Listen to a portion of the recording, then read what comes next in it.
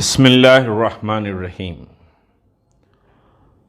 तहरीक मुस्लिम शब्बान और फिर joint action committee की मुख्तलिफ़ जमातों के ज़ेर एहतमाम आप जानते हैं कि फ़िरक़ा परस्ती के ख़िलाफ़ इत्तेहाद रैली का ऐलान किया गया था और 25 सितंबर को ये इत्तेहाद रैली इंशाअल्लाह मुनक्किद होगी।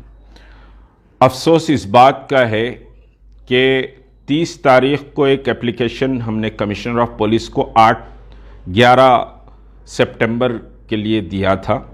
फिर हमने गौर किया कि गणेश फेस्टिवल आ रहा है, लिहाजा 1 तारीख़ को यानी एक ही दिन के बाद हमने पुलिस को दरख्वास्त दी कि गणेश फेस्टिवल की वजह से ये प्रोग्राम 8 सितंबर को किया जाएगा। 8 सितंबर को पुलिस से बहरहाल 8 सितंबर के प्रोग्राम के सिलसिले में बात हुई। चांद मीनार को तब्दील करके गुलजार हाउस आने की बात की गई। चांद मीनार का परमिशन रिजेक्ट किया गया। फिर गुलजार हाउस का परमिशन दिया गया, समझिए कि गुलजार हाउस के लिए एप्लीकेशन दिया गया। फिर गुलजार हाउस का परमिशन भी रिजेक्ट किया गया और 2 परमिशन इस इत्तेहाद रैली के लिए रिजेक्ट कर दिए गए। और अफसोस की बात यह है कि हमने गणेश जुलूस के बाद 13 तारीख़ को एक एप्लीकेशन दिया कि गणेश के बाद हम समझिए कि 25 सितंबर को ये इत्तेहाद रैली करेंगे और ये इत्तेहाद रैली फ़िरक़ा परस्ती के ख़िलाफ़ है। मुझे समझ में नहीं आ रहा है कि फ़िरक़ा परस्ती के ख़िलाफ़ लड़ाई के लिए जो बीजेपी और आरएसएस की जहरीली समझिए कि साहब फ़िरक़ा परस्ती है, उसके खिलाफ लड़ाई से पुलिस डिपार्टमेंट को और हुकूमत तेलंगाना को क्यों तकलीफ हो रही है। 2 परमिशन रिजेक्ट किए गए, तीसरा परमिशन अभी हैंग है पुलिस के पास। पुलिस ने आज तक भी समझिए कि उस एप्लीकेशन का जवाब नहीं दिया, जबकि हमने उस एप्लीकेशन में बहुत क्लैरिटी के साथ लिखा था कि बराए करम आप 20 तारीख़ तक हमको इंटीमेट कर दें कि आपकी मंशा क्या है। लेकिन आज तक भी समझिए कि कोई इत्तला नहीं दी गई और बहालत मजबूरी हम हाई कोर्ट का दरवाज़ा खटखटाए हैं। WP 23481 आज हाई कोर्ट में हमने रिट पिटीशन डाला है और वो रिट पिटीशन पर इंशाअल्लाह कल समझिए कि बहस होगी और पूरी तवक्को है कि हाई कोर्ट समझिए कि हमको परमिशन देगा, हाई कोर्ट से इंसाफ होगा। लेकिन असल मसला ये है कि तेलंगाना हुकूमत को और समझिए कि साहब हैदराबाद की पुलिस को फ़िरक़ा परस्ती के ख़िलाफ़ लड़ाई के मामले में वो क्यों समझिए कि तकलीफ़ में आ जा रहे हैं।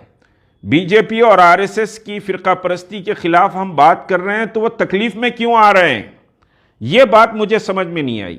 अब तेलंगाना हुकूमत अपने इत्तेहादियों की वजह से समझिए कि साहब प्रेशर में काम कर रही है या फिर समझिए कि भारतीय जनता पार्टी की मरकज़ी हुकूमत की हिमायत और तायद बैकडोर से जो की जा रही है उसकी वजह से ये बीजेपी आरएसएस के खिलाफ कोई समझिए कि मूवमेंट चलाना नहीं चाहते। जबकि चार मीनार पर हजारों लोग भारतीय जनता पार्टी के बंडी संजय की पदयात्रा के आगाज पर जमा हुए और आप हमको समझिए कि साहब फ़िरक़ा परस्ती के खिलाफ तमाम मज़ाहिब जब जमा हो रहे हैं, सिख, ईसाई, समझिए कि दलित और आपके दूसरे तबकात तमाम जमा हो रहे हैं, हिंदू तबकात और मुसलमान, तो आपको तकलीफ हो रही है कि मुसलमान इत्तेहाद की बात क्यों कर रहे हैं दीगर मज़ाहिब के साथ। मुसलमान समझिए कि साहब ये गंगा जमुना तहजीब की बात क्यों कर रहे हैं, आपको तकलीफ हो रही है। तो महसूस ये हो रहा है कि आप भारतीय जनता पार्टी की या आपकी जो इत्तेहादी जमात है उसके इशारे पर तेलंगाना हुकूमत और रियासत की पुलिस काम कर रही है और आज मजबूरन हमको हाईकोर्ट को जाना पड़ा। मुझे बड़ा अफसोस है इस पर कि पुलिस ने समझिए कि गंगा जमुना तहजीब के उन्वान पर परमिशन देने से 2 बार रिजेक्ट किया, तीसरा एप्लीकेशन अभी हैंगिंग समझिए कि साहब पड़ा हुआ है। आप अब तक के कोई कन्वे हमको मैसेज नहीं करे और हाई कोर्ट को आज समझिए कि हम गए हैं। तो ये समझिए शर्मनाक बात है। तेलंगाना हुकूमत के वजीर दाखिला और केसीआर केटीआर के लिए कि फिरका परस्ती के खिलाफ लड़ाई के लिए इन लोगों ने इजाजत नहीं दी, फिरका परस्ती के बढ़ावे की इजाजत दी जा रही है।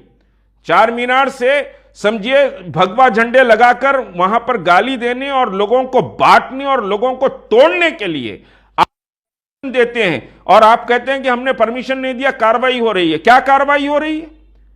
हमने समझिए कि साहब इस बात को तस्लीम कर लिया कि ठीक है चार मीनार के तकद्दुस की आप बात कर रहे हैं, हालांकि आपसे ज्यादा तकद्दुस मुझे अजीज है चार मीनार का, क्योंकि I am son of the Hyderabad, मैं हैदराबाद का बेटा हूं, मुझे चार मीनार का तकद्दुस समझिए वो है।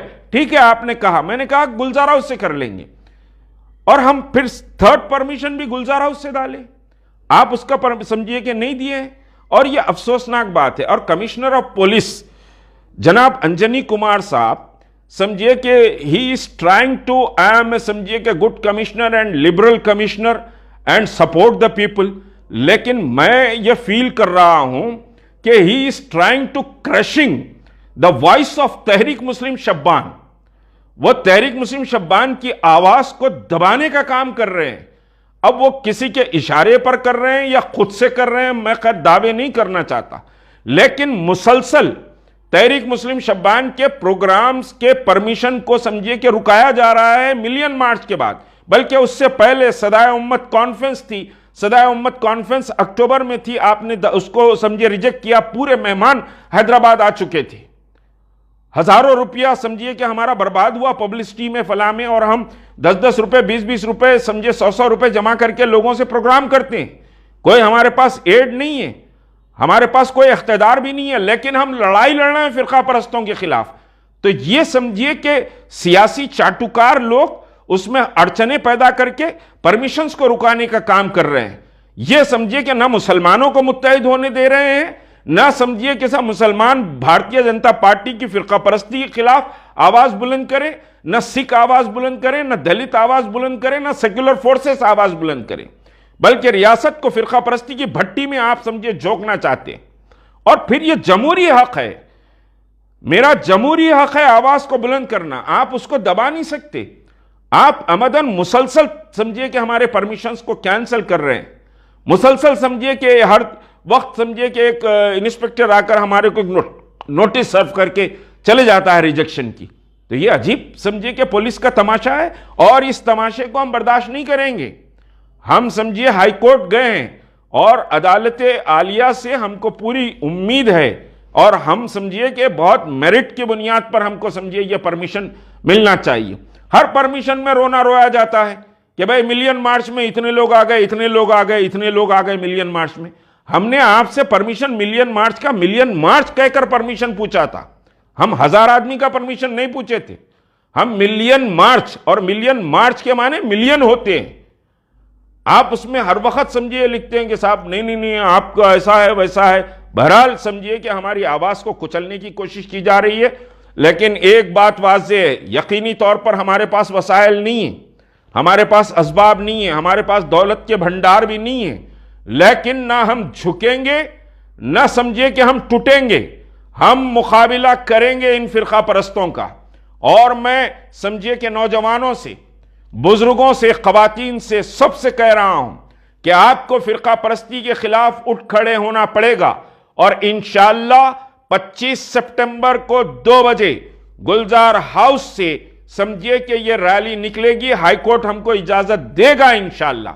यह रैली समझिए 25 सितंबर को गुलजार हाउस से खुली कुतुब शाह तक निकलेगी और एक ऐसे समझिए गंगा जमुना तहजीब और समझिए फिरका परस्तों के खिलाफ एक बहुत बड़ा ऐलान हैदराबाद से होगा।